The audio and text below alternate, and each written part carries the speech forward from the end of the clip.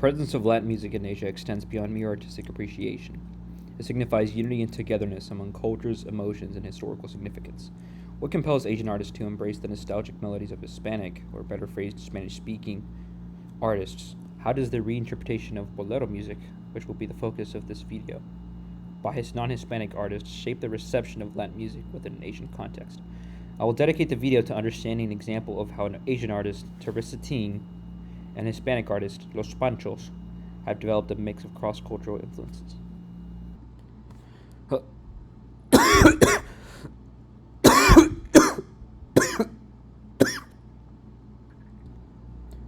Hello everyone, my name is Yuzio Avalos. As a quick introduction as to why I chose my project, I'm a Latino man from Mexico.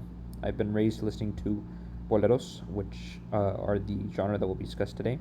Most notably an artists named Los Panchos.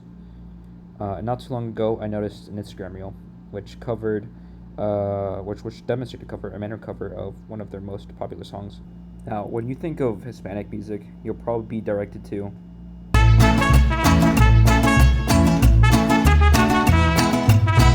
and you wouldn't be wrong, that is Spanish, but pasaste a mi lado con gran indiferencia,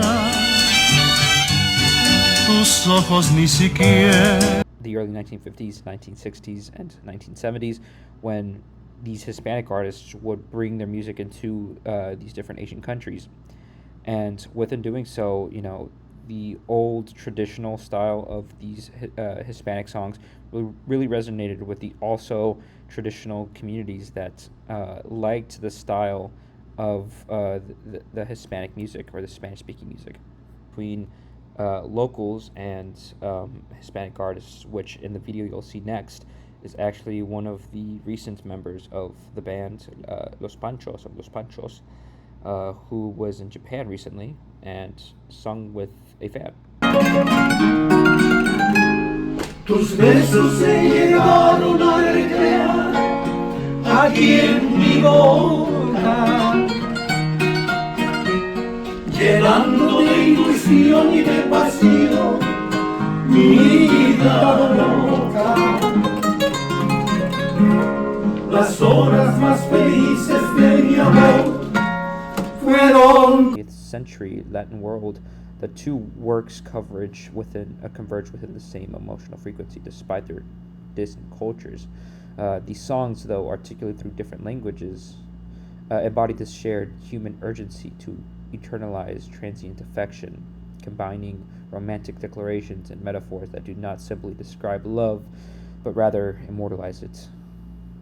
The opening of Sabor a mí, which states, Tanto tiempo disfrutamos de este amor, which translates to, so long we enjoyed this love, does not present love as a current feeling, but a shared past. The phrasing assumes familiarity, indicating that the listener is not a stranger, but an equal participant in the creation of this experience that we call love. The use of disfrutamos, which translates to we enjoyed, is not merely a recollection of pleasure, but an admission of intimacy framed through memory.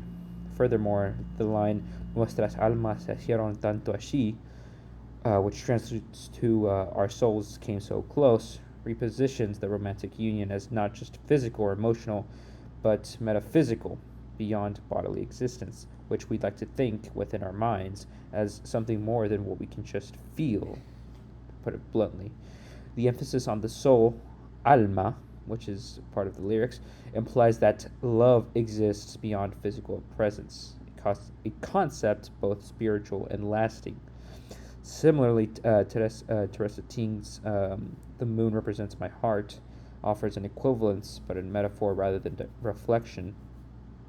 The central metaphor, you ask how deeply I love you, how much I really care, part of the lyrics, represents a structural use of questioning as intimacy. Rather than stating love as a static truth, Ting's lyrics position love as an answer, validated by not by verbal assurance, but through emotional implication.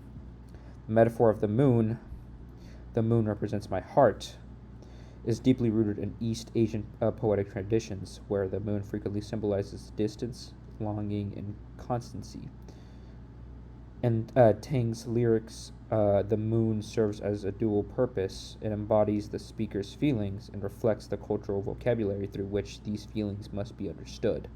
Unlike Sawarami, where love leaves behind an internalized memory, You'll Carry My Taste, part of Ting's lyrics, the song presents love as something visible but unreachable, its presence undeniable yet distant. Musically, the compositions present a contrast not of intention, but of technique. Los Panchos employ minimalistic guitar arrangements, often structured around the requinto's high tonal clarity. The guitars, rather than merely supporting the vocals, engage in a call and response dynamic with the lyrics, accentuating and reinforcing the emotive curative of each verse, curvature of each verse. Pardon me. The harmony, delivered in three distinct male voices, sustains a collective sensibility. Love is not solitary, but shared through vocal unity. By comparison, Ting's instrumental arrangements align with the aesthetics of 1970s Chinese pop, drawing from both Western orchestration and the more reserved linear qualities of traditional Chinese music. Strings glide softly beneath her vocals, and the melody's progression favors repetition and control over modulation and flourish. What Ting accomplishes vocally is an emotional understatement, an ability to hold back in order to deliver more. Her breath control, marked by subtle elongation of syllables and deliberate pacing between verses, cultivates a stillness that is more evocative than any dramatic crescendo. The music becomes a silent witness to the narrative, never interrupting its emotional content, but always suggesting its depth. In both pieces, the theme of permanence takes center stage, yet while Los Panchos proclaim that their memory will persist in the form of taste, referencing the title of the song, Shawarami, Tang implies her love exists in celestial repetition, appearing nightly as the moon. One centers the sensual, the other the symbolic, but neither relies on the immediacy of presence. Instead, both songs are constructed around the inevitable departure of the beloved and the question that follows, what remains? Now, the more I repeatedly listen to the songs interpreted by these Asian artists, and the more I look into Teresa Ting's song, I'm reminded of how similar yet distant we are as cultures, how one exists in a different part of the world, but yet we seem to embody the same ideas when it comes to traditional music.